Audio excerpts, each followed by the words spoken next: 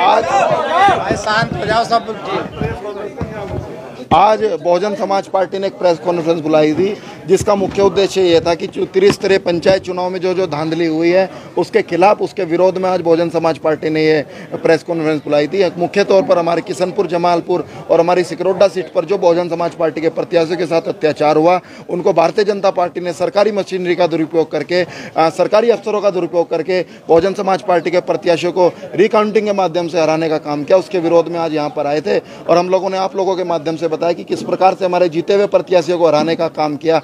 और अभी भी जो हमारे जीते हुए प्रत्याशी हैं उनको भी डराने धमकाने का काम भारतीय जनता पार्टी कर रही है। इसके विरोध में आज ये प्रेस कॉन्फ्रेंस यहाँ पर रखी गई थी। मुख्य तौर पर हमारी जो किशनपुर जमालपुर सीट है उस पर तो अभी तक भी प्रमाण पत्र किसी को नहीं दिया गया। जो चुनाव मतगणना 28 तारीख को स्टार्ट हुई थी, आज 1 तारीख हो गई, आज तक भी किसी को भी प्रमाण पत्र नहीं दिया गया। मैं आप लोगों से पूछना चाहता हूं, आप लोग अधिकारियों के पास जाइए, उनसे भी पूछने का काम करिए कि आखिरकार क्या प्रोसीजर है, कितने दिन बाद आप प्रमाण पत्र जारी करने का काम करेंगे। सिकरोडा सीट का भी यही हाल था, हमारी सिरचंदी सीट का भी यही हाल था, अन्य बहुत सारी सीटें ऐसी हैं, हमारी सलेमपुर सेकंड का भी यही हाल था, सलेमपुर फर्स्ट में भी हम लोगों को इसी प्रकार से हराने का काम किया। कितनी सीटों की मैं बात करूं, हम डिटेल में पूरी डिटेल नोट कर रहे हैं। जब डिटेल लगभग 5-6 सीटें ऐसी हैं जिन पे बहुजन समाज पार्टी दूसरे नंबर पर थी, उनको हराने का काम है ना, उनको हराने का काम बहुजन समाज पार्टी को किया, जो दूसरे नंबर पर अभी रिजल्ट में दिख रही है, जिनको बहुजन समाज पार्टी जीत रही थी। चाहे हमारी मेवड़ कला की सीट हो या अन्य कोई सीट हो